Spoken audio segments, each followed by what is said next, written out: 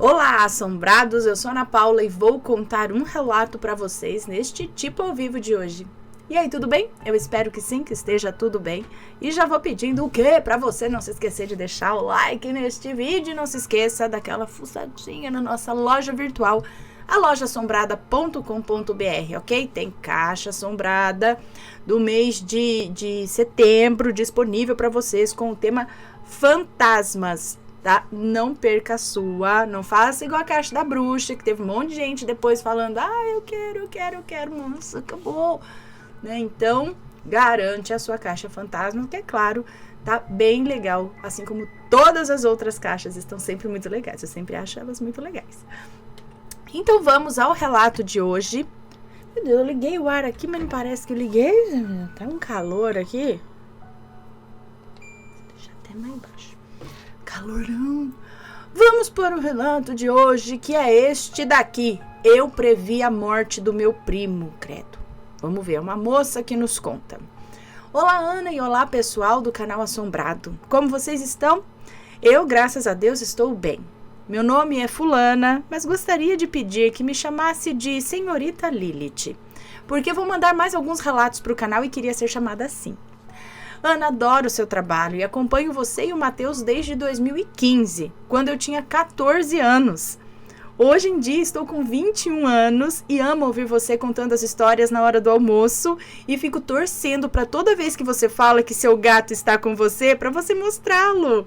Eu sou veterinária e amo um bichinho. Todos os nomes já estão trocados, então pode ler tranquila. Muito obrigada. Bom, sem mais enrolação, vamos ao que interessa. Decidi compartilhar esse relato com vocês depois de pensar muito a respeito.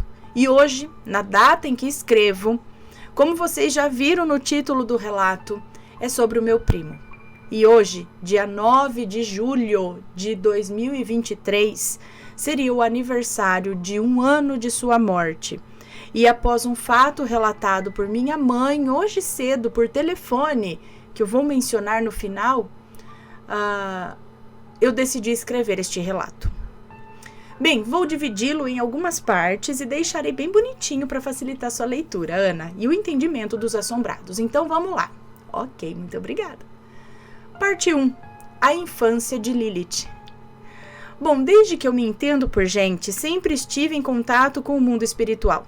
Seja em uma brincadeira com um amigo imaginário, seja ao visitar locais e sentir a presença de espíritos e entidades do local. E mesmo porque minha mãe, que vai ser chamada aqui de Perséfone, eu falei esse nome ontem, porque eu falei que eu já tinha Penélope, né? E aí eu tava grávida de novo. E aí eu pensava assim, se eu tiver outra menina, se eu tiver um menino, eu pensava em colocar Apolo. Penélope, Apolo, e se fosse menina, eu pensava, quem sabe, pode ser Perséfone, Penélope e Perséfone. Aí ontem eu tava contando isso pra Penélope. Bom, então, mesmo porque, voltando aqui, né, eu disperso aqui, voltando aqui ao relato, mesmo porque minha mãe, que vai ser chamada aqui de Perséfone, me disse que quando ela queria um filho, ela sabia que eu seria menina, e como eu seria com os meus cabelos encaracolados e o rostinho oval e sapeca. Porque antes de fazer o exame para saber que eu estava grávida, ela me disse que um anjo, em um sonho que ela teve uma semana depois de tentar... para ela. Calma lá. Ela sabia... Ela queria um filho e ela sabia que eu seria menina. E como eu seria, papapá. Porque antes de fazer o exame para saber que ela estava grávida, acho, né? Ela me disse que um anjo em sonho, um sonho que ela teve uma semana depois de tentar engravidar, esse anjo apareceu para ela com a mesma carinha que eu tinha quando eu era criança. E esse anjo veio avisá-la que ela seria a mãe. E assim eu nasci, depois de um parto difícil, e lutei pela vida desde pequena por ter a saúde frágil. Meu namorado brinca que pelas vezes que eu fugi da morte até os dias de hoje, ele todo dia de manhã confere para ver se eu ainda tô lá. Ai, Senhor. Mas outro dia eu conto sobre isso. Bom, voltando à minha infância, quando eu tinha por volta de uns 5 anos, comecei a ver vultos e escutar pessoas falando comigo. E eu chorava, desesperada, pensando que estava ficando maluca. Mas quando contei para minha avó, que vou chamar aqui de vovó Bishop, vovó Bishop, ela já sabia o que eu tinha. Eu era médium sensitiva e clarividente. Porque além de sentir os espíritos ao meu redor, eu os via com mente. Igual algumas pessoas já contaram em outros relatos. E eles falavam comigo pela mente. E além disso, eu também tinha sonhos que algum tempo depois se tornavam realidade. Como um déjà vu, sabe? Tudo era muito estranho para mim. É muito novo. Tudo era muito estranho para mim. E muito novo, acho que é isso. E como ela era da Umbanda, assim como a família toda, a avó, é isso? E era uma benzedeira de mão cheia, ela disse que ia me ajudar. Nesse meio tempo, eu não sabia de quem eu era filha na Umbanda, mas só com os 16 anos que eu descobri que eu era filha de Ansan, que é minha orixá de cabeça, que rege os raios e as tempestades e comanda os espíritos dos mortos. Guardem essa informação, pessoal. É que o meu orixá de costas é o Exu Tranca-Ruas, que era o homem de preto, do qual eu tanto sentia medo, mas que sempre me protegeu. Num outro relato, você falou sobre ele? Seria isso? Então, depois de contar isso para minha avó, vovó disse que me ajudaria a não enxergar mais nada. Ela então me fez tomar um banho de sal grosso, rezou na minha cabeça alguma oração que só ela sabia e que ela guarda em uma bolsinha no guarda-roupas até hoje, e assim eu parei de ver e ouvir coisas. Mas mesmo assim eu ainda recebia alguns avisos do mundo espiritual por meio de sonhos ou eventos que ocorriam comigo no dia a dia. E no Dia dos Pais, de 2006, nós fomos para São Paulo ver os meus avós paternos, Rupert e Eleonor. E quando chegamos no apartamento da minha tia, irmã do meu pai, que aqui vou chamar de Freia, eu senti um peso horrível. Eu tinha 5 anos, mas sabia o que aquele peso significava. E quando procurei a sua origem, vi que o meu avô estava emanando aquilo e estava isolado dos outros convidados. Nem com o meu pai ele falou muito. Mas eu adorava ele, e vi quando ele saiu da varanda, depois de fumar seu cigarro de sempre, e se sentou no sofá da sala sozinho. Então eu fui atrás dele, me sentei ao seu lado. Meu avô apenas sorriu e me colocou no colo dele, e ali eu fiquei o resto da festa. Não falamos nada, mas quando fui embora, no final da festa, meu avô me beijou no rosto e beijou meu pai, como sempre fazia também, e beijou minha mãe. Minha família ama dar beijo na bochecha, de oi, de tchau. Nós somos muito beijoqueiros. Alguns dias se passaram e eu estava na escolinha quando senti uma dor no peito horrível. E parei de brincar na hora e esperei passar. Achei que não fosse nada e voltei a me divertir, mas eu sentia em algum lugar que algo estava muito errado. E realmente estava. Naquela tarde, na hora da saída da escola, eu lembro de estar sentada em cima da mochila da escola quando meu pai, que aqui vou chamar de Roger, apareceu para me buscar com um amigo dele do serviço. Ele nunca fazia aquilo. E eu consegui sentir a tristeza do meu pai. Mas como ele sempre fez, me chamou de princesa, me deu um beijo e me levou para o carro.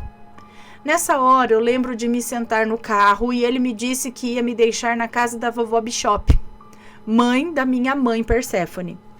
E eu concordei, mas quando estávamos no meio do caminho, eu simplesmente disse: pai, o vovô morreu, né?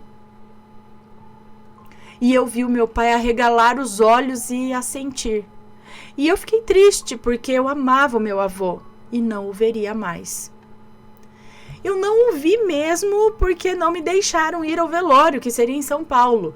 Mas eu me lembro até hoje de que naquela noite naquela noite eu deitar para dormir com a minha avó e sonhar que estava em uma praça bem bonita, sentada em um banquinho, e ver um homem de terno azul claro se aproximar devagarinho com uma calopsita cinza nas mãos. essa calopsita existe de verdade e se chama Kiko. Era do meu avô Rupert. Ele comprou porque eu pedi um passarinho e ele criava canários e outros pássaros. E criou o Kiko desde filhote. E quando o vovô morreu, o Kiko veio ficar comigo. E hoje ele tem 18 anos. No sonho, meu avô se sentou do meu lado e colocou o Kiko no meu ombro. E me deu um beijo na bochecha antes de se levantar novamente e pegar na minha mão. E eu vi uma porta do outro lado da praça, alojada em uma árvore, e nós caminhamos na direção dessa porta. E quando chegamos perto, eu ganhei mais um beijo e falei para ele: agora você pode ir, vovô, é por ali. Eu disse e apontei para a porta na árvore, e ele sorriu para mim e atravessou. E eu acordei no outro dia feliz por ter conseguido me despedir dele, mal sabendo que eu ainda tinha contato com o espiritual. Um fato curioso sobre isso, eu acho, né, que é o que ela está dizendo aqui. E um fato curioso sobre isso, quando eu sonho com falecidos, eles nunca falam comigo, só quando precisam passar uma mensagem. E o meu avô ainda me visita todo ano no meu aniversário e no aniversário do meu pai. Ele nunca falou comigo, mas ele conversa com o meu pai de vez em quando. E meu pai me conta sobre isso. Mas guardem esse fato sobre os espíritos falarem ou não também. Mas continuando, eu, com o passar dos anos, voltei a ver coisas e sentir coisas como essas aí do meu avô. Meu primo também via as coisas e sentia. Seu nome aqui vai ser... Mas um nome complicado, filha? Mathieu. Eu acho que é assim que fala. O seu nome aqui vai ser Mathieu. E nós tínhamos 4 anos de diferença. E passamos a infância na casa da vovó Bishop, perturbando a coitada e indo com ela no terreiro de vez em quando. E aos 9 anos eu comecei a ler sobre espíritos e o meu primo também, com seus 13 anos. Quando eu já estava com 15 anos, eu me interessei muito por leitura de cartas. Fosse tarô, baralho cigano e até mesmo baralho normal. Eu apenas embaralhava e ia lendo. Nessa época conheci minha mentora, que aqui vou chamar de Prudence, e que lê cartas como ninguém até hoje. E ela me ensinou a melhorar e refinar o que eu via e entendia. E ela até brinca comigo que eu sou meio casamenteira, já que sou boa para ver a vida amorosa das pessoas. Ela que me contou de quem eu era filha na Umbanda. Me apresentou ao meu Exu, me explicou sobre o espiritual e me perguntou se eu não queria mais saber disso. Mas, pelo contrário, eu quis. E ela me ajudou nessa jornada, onde eu também entendi e, por meio de sonho, conheci minha cigana. Por mais que eu tivesse os orixás da Umbanda comigo, eu sempre ouvia e sentia uma outra pessoa me acompanhar desde menina. Era uma mulher, ruiva, de olhos verdes, que sempre parecia pegar fogo. Essa mulher sempre estava de vermelho. Ela sempre estava de vermelho e ela conversava comigo enquanto eu lia as cartas. E durante o dia, no dia a dia, ela me orientava. E sempre quando algo de ruim estava para acontecer, ela intervinha e Prudence me disse que assim como ela, que tinha a Dona Sete Saias como mentora, eu tinha a minha cigana também. E um dia ela se apresentaria para mim. Vou mandar o relato sobre ela. Mas o seu nome é Cigana Salamandra. Depois que Prudence me ensinou tudo isso, eu passei a entender melhor o mundo espiritual, suas formas de enviar avisos e recados e o meu papel em tudo isso. Meu primo, nessa época, já estava na faculdade de medicina e tínhamos perdido um pouco o contato, mas sempre que nos víamos, eram horas e horas colocando o papo em dia. Desculpem pelo começo enrolado, mas eu precisava contar um pouco do que eu já vi, até contextualizar com a leitura de cartas. Guarde essa informação. Parte 2. O ano das mortes. Bem, o ano de 2022 não foi fácil para mim. E vindo de 2 anos de pandemia anteriores, o mundo terreno e espiritual estava um caos. Eu tinha 20 anos e a readaptação à nova realidade estava complicada. E nesse ano eu já comecei em janeiro perdendo minha amada cachorrinha Amora, minha salsichinha, que eu ganhara de presente de Natal, que aos 6 meses faleceu. Foi muito doloroso, porque em julho de 2021, eu perdi o meu salsichinha Bombom, que já era um vovô, pro câncer. E ganhar a Amora... ganhar a Amora, já que eu e minha mãe... Acho que depois disso ganhei a Amora, não sei, já que eu e minha mãe choramos direto com saudades de um cãozinho, e eu, sendo veterinária, não aguentava não ter um bichinho. Foi tudo muito triste, foram 2 perdas de animais queridos em pouco tempo para eu processar. Nessa época eu estava bem triste e confusa, e estava um pouco afastada do meu lado espiritual por causa do preconceito que o meu ex-namorado tinha com a minha religião. E o meu namoro, na verdade, já andava mal das pernas há tempos. Prudence já havia me dito para deixar esse moço para lá, que ela não via futuro para nós. E mesmo tentando ignorar o que ela vinha me dizendo em uma leitura de cartas para mim mesma, eu já havia visto o que ela falava, e eu sabia que o meu namoro estava com os dias contados. E assim, em abril de 2022, eu terminei com o traste e saí emocionalmente destruída desse relacionamento tóxico. Eu nem me reconhecia mais. Mas como tudo na nossa vida é um aprendizado, eu resolvi me aproximar da minha religião. Me aproximei dos meus pais também, já que o meu namoro me afastou até deles. E comecei a me reencontrar, me conhecer novamente e me amar, porque nem isso eu fazia mais. E nesse meio tempo, o meu primo, Mathieu, me chamou para passar um dia com ele na cidade onde ele cursava medicina. Ele já estava no 5º ano e se formaria em julho de 2023. Eu fui e o dia foi maravilhoso. Meu primo era um ser de luz tão grande. Sabe aquela pessoa que conhecia um punhado de gente e todo mundo amava ele? Então, meu primo era essa pessoa. No seu velório foram tantas pessoas que eu até hoje não acreditei. Mas fiquei feliz por ele ter sido tão amado e como ele ainda é amado por todos nós. Nesse dia conversamos muito e ele estava animado, pois logo em junho se formaria em medicina. Então faltava só um ano para ele se formar médico e a família já estava fazendo planos de alugar uma van e quartos de hotel na cidade onde ele estudava para tomarmos todas e dormirmos depois da festa de formatura. Então nesse dia, na hora de ir embora, eu não queria ir de jeito nenhum. Estávamos em meados de maio, com a semana de provas batendo na porta dele e na minha, e eu queria ficar mais um pouco. Mas o meu tio estava com pressa e queria ir embora para nossa cidade natal, no interior de São Paulo. E logo nos despedimos e eu abracei forte o meu primo. Ele me deu um beijo no rosto e disse: volta logo, como que é Lilith? Fulanoca. Ele falou: volta logo, Fulanoca. Volta para colocar o papo de séries da Netflix em dia. E eu prometi voltar, já que amávamos ficar falando sobre séries e animes que assistimos. Desenhamos muito juntos quando éramos crianças e passávamos a tarde na casa da vovó Bishop vendo TV e brigando pelo bife à milanesa dela e pelas batatas fritas, que era o nosso prato preferido.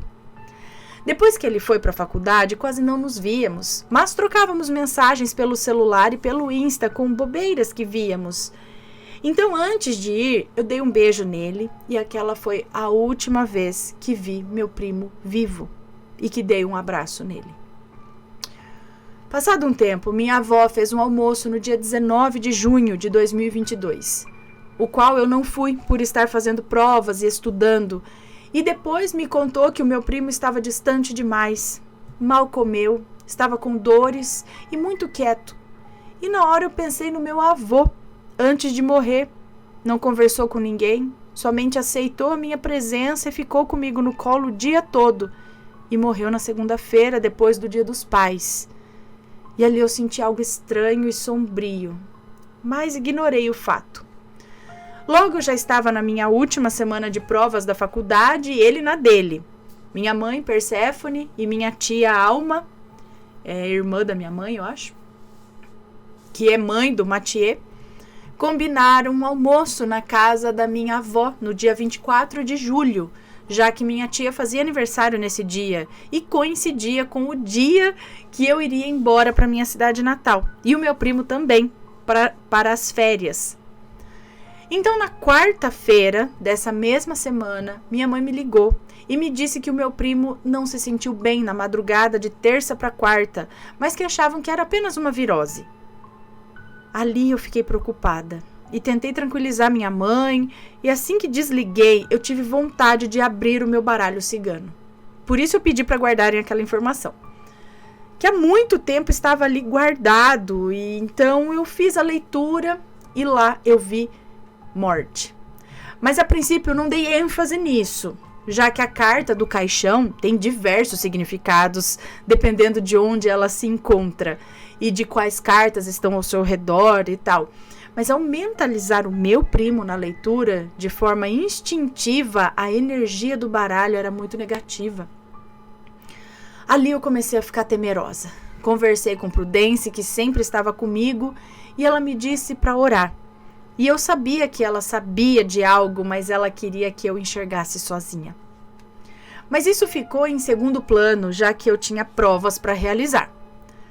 Na quinta-feira, depois da última prova, minhas amigas me chamaram para sair na sexta à noite. E eu disse para minha mãe que eu queria ir embora no sábado, dia 25, pela manhã, para sair com elas naquela sexta. E ela concordou, já que minha tia tinha preferido fazer a festa no sábado à noite. E assim foi feito. Parte 3, os últimos dias de Mathieu. Naquela sexta-feira eu estava me arrumando para sair quando minha mãe me ligou por volta das 3:30 da tarde me dizendo que o meu primo havia sido internado na quinta-feira à noite e que ela só descobrira naquele momento que ele estava internado. Que a minha tia Alma escondeu da vovó Bishop e dela que ele estava passando mal desde terça-feira, só para ele terminar logo as provas. Mas ele não aguentou a dor e pediu para os pais buscá-lo, pediu para que os pais fossem buscá-lo na quinta de manhã. Minha mãe me disse que meu primo estava com apendicite e o apêndice já estava supurado e ele estava entrando em cirurgia. E ali eu me lembrei da carta e da leitura e perguntei à minha cigana o que ela sabia sobre isso, mas os guias não respondem sobre morte. É raro fazerem. E a cigana ficou em silêncio. E eu soube que ele morreria.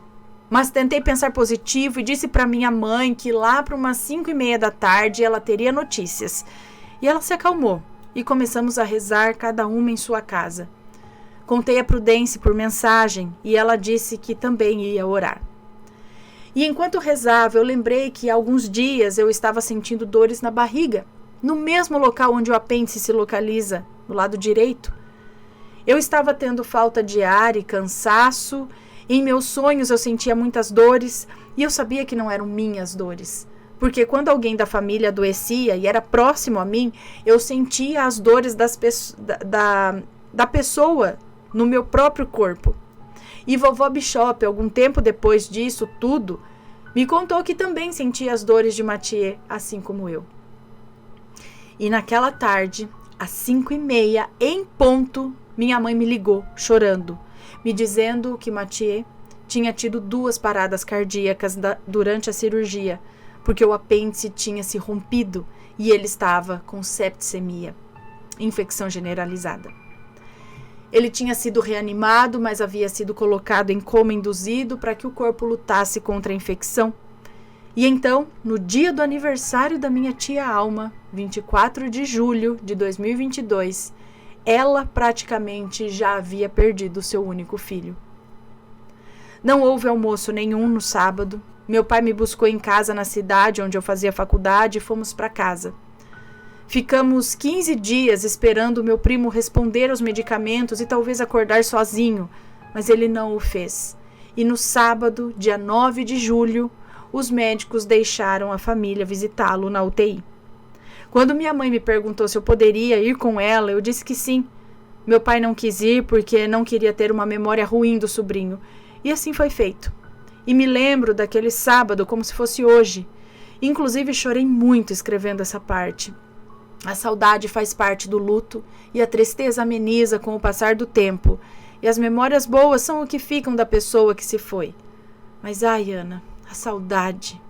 Mas ela é a que mais dói com o passar do tempo. Sabemos que nunca mais vamos ver ou ouvir a risada da pessoa. Até hoje eu sinto falta dele me chamar pelo meu nome inteiro. É muito complicado.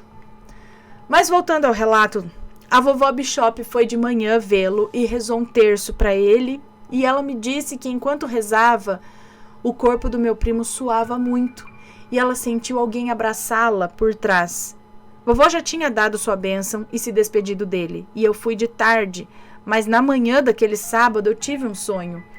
Eu me vi em uma mesa cirúrgica deitada, médicos tentando me socorrer, e amassei o meu peito quando vi um monitor.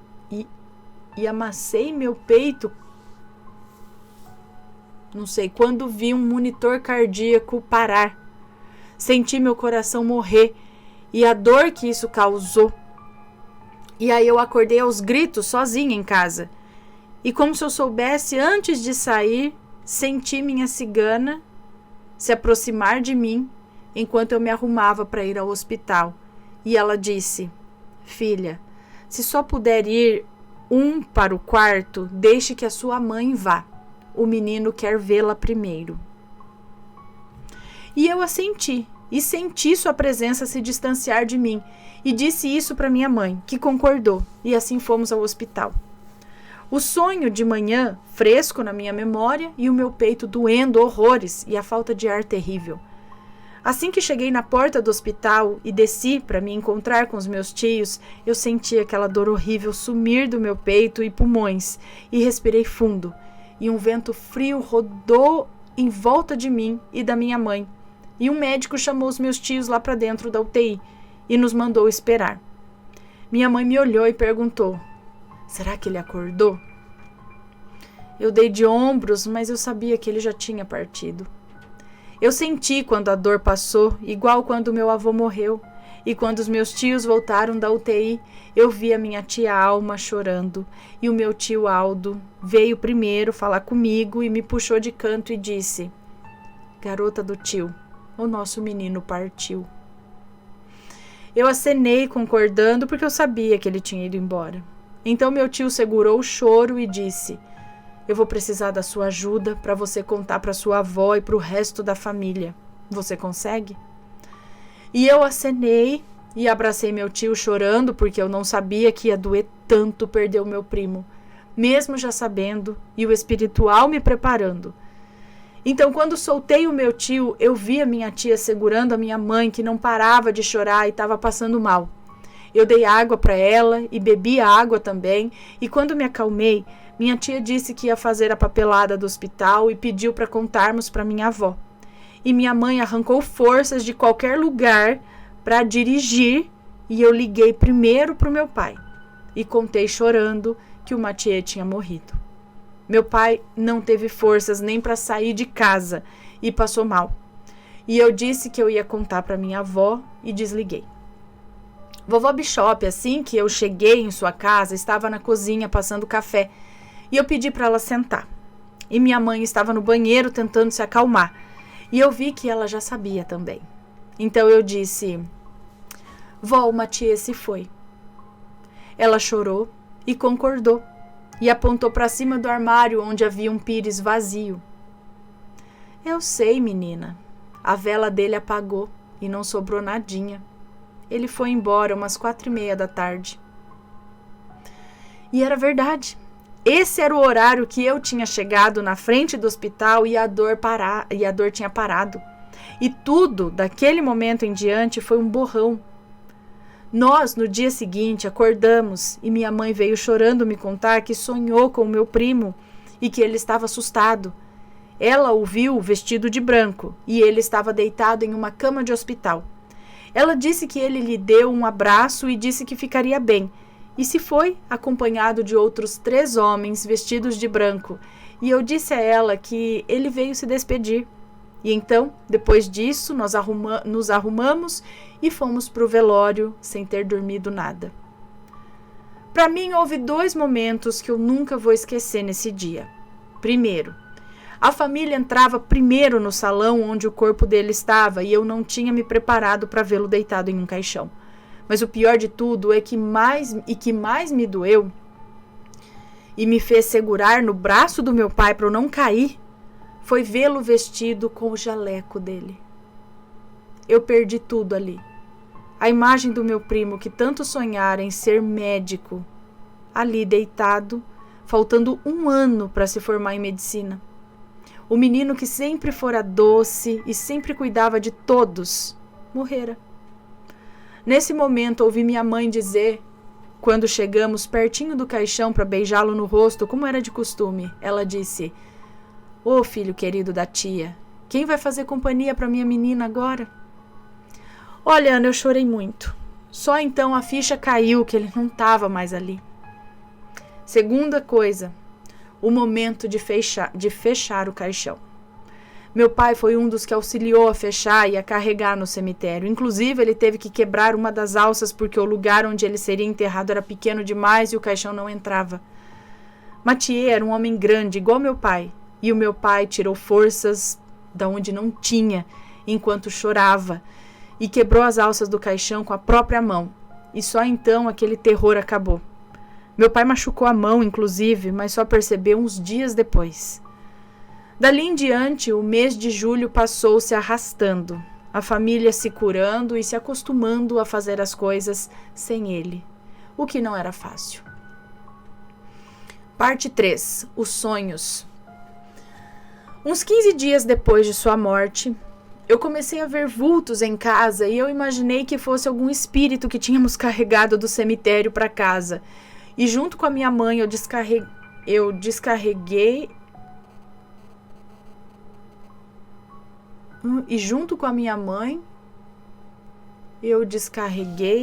eu não entendi aqui. E quando contei a Prudência, ela me disse que não eram espíritos. Era o Mathieu, que estava preso a nós, porque não quis ir embora e não sabia que estava de fato morto. Ela também disse que coisas quebrariam nos dias seguintes, e de fato isso ocorreu quando a Alma foi tomar café com a vovó Bishop e a xícara de café explodiu na sua mão. E na minha casa, pratos quebraram e coisas caíam sem ter corrente de ar próxima. E em uma noite eu tive um sonho. Eu estava em um lugar claro, com inúmeras pessoas vestidas de branco, da cabeça aos pés, e eu era a única vestida de preto.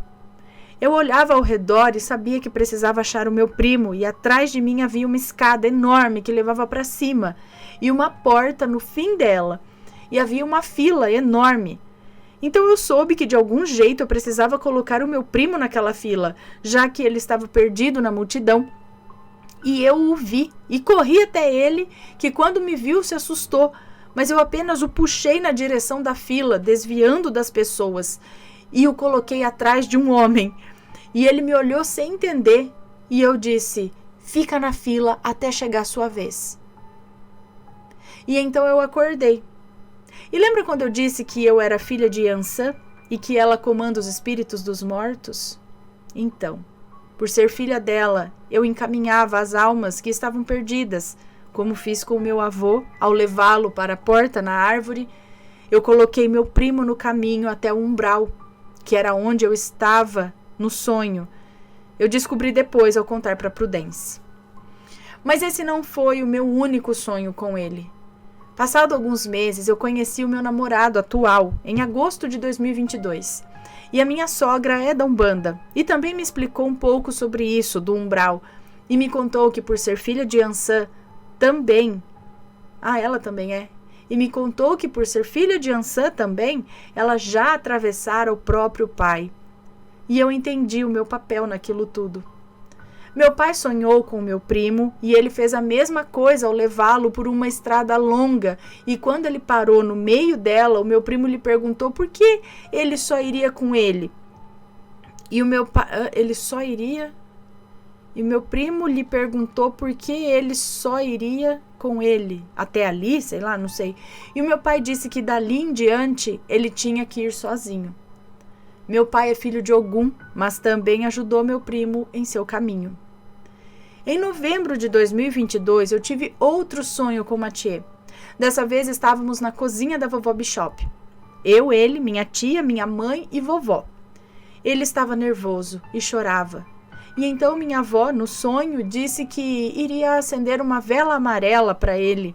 Mas ele negou e disse: essa vela não me serve só porque eu estou morto. Essa vela não me serve, vó, porque eu estou morto. A vela que eu quero é a vela de São João. Então eu acordei e fui direto falar com a minha mãe e pedi que comprassem a vela para ele, que era aquela vela de 7 dias. Ele veio pedir porque estava sem luz e precisava de uma para continuar o seu caminho. Mas por algum imprevisto não compraram e alguns dias depois eu sonhei com ele. Agora estávamos na sala de casa e ele chorava muito, desesperado, e agarrava minha mão pedindo a vela no sonho, porque sabia que eu entenderia o que ele queria. Por isso ele vinha a mim. E eu acordei e falei para irmos comprar a vela naquele ato. E os meus pais compraram. E caíram na besteira de acendê-la dentro de casa, na virada do ano, sem me consultar. Um adendo aqui. Não se acende vela para nenhum parente desencarnado dentro de casa. Aprendemos da pior forma. Então minha mãe me ligou depois, dizendo que a vela explodira e ela tinha visto um vulto na janela logo que ela acordara, por volta das 3 da manhã, e a vela acabara. E eu falei para ela rezar, que agora o meu primo ia se encaminhar, isso. E Prudência nos disse para nunca acender velas desse tipo dentro de casa. Parte 4. Além vida. Como disse lá em cima, há alguns dias, próximo do aniversário da morte dele, a minha mãe Perséfone me ligou e contou que ela sonhou com ele depois de muito tempo do episódio da vela. Não sonhamos com ele desde então. E ela chorou ao contar que ela o visitou na casa dele do outro lado. Ele estava com o mesmo rosto de quando ele tinha 17 anos, magrinho, todo de branco, e que ele a chamara para entrar e tomar um café com ele. Minha mãe contou que a casa tinha um longo corredor com uma luz branquíssima no final, e ao chegar na cozinha, ela perguntou: é você mesmo, Matt? Sou eu sim, tia. Agora eu tô bem, tô saudável. Desculpe a demora para atendê-la. Trabalhei o dia todo cuidando das pessoas ontem. Agora eu vou cuidar de todo mundo daqui, tia. Que legal. E minha mãe contou que abraçou ele e disse: a tia fica feliz que você tá bem, menino. Agora eu vou embora, tá? E assim ela disse que acordou se sentindo bem e feliz, sabendo que ele achou a luz dele e trabalha onde quer que ele esteja, como médico, cuidando das pessoas daqui, de lá. Parte 5, fim. Bom, esse foi o relato. Desculpe pelo tamanho dele, mas foi muito bom contá-lo a vocês. Peço respeito de todos nos comentários. Peço respeito de todos nos comentários deste relato e nos demais também. Obrigada, Ana, por lê-lo com tanto carinho e vejo vocês em um próximo relato. Um grande beijo, deixem o like e se inscrevam no canal. Atenciosamente, Lilith. Um beijo para você, muito obrigada por compartilhar isso com a gente. É uma dor, né? Grande e tal, mas muito interessante ver todo esse processo, né, da premonição dela, né, de certa forma, digamos assim, do acontecido, da comunicação dele, pedindo ajuda, pedindo a luz, e depois dele bem lá, trabalhando lá, com o que ele ia trabalhar aqui. Eu lembro que uma tia, eu acho que uma vez falou eu nem tinha conhecimento de nada disso, eu era criança, mas que lá do lado de lá, ele é como do lado de cá, você tem uma casa, você tem um trabalho, é como aqui, só que é lá. E aí depois eu vi isso no filme Nosso Lar, né? Que tem a casa, tem essas coisas. Bom, é muito interessante, muito legal. E faz a gente pensar, né? Dependendo do que cada um acredita, é claro, mas que a vida não acaba aqui. A gente deixa uma casca, deixa um corpo, deixa saudades por um tempo e vai viver de outro jeito, num outro lugar, né? De uma outra forma. Bom, pessoal, esse foi o relato de hoje. Espero que tenham gostado. Um grande beijo para vocês. Se forem comentar sempre com respeito, por favor, se tem uma história desse tipo, conta pra gente. E a gente se vê no próximo relato. Fui! Tchau, tchau!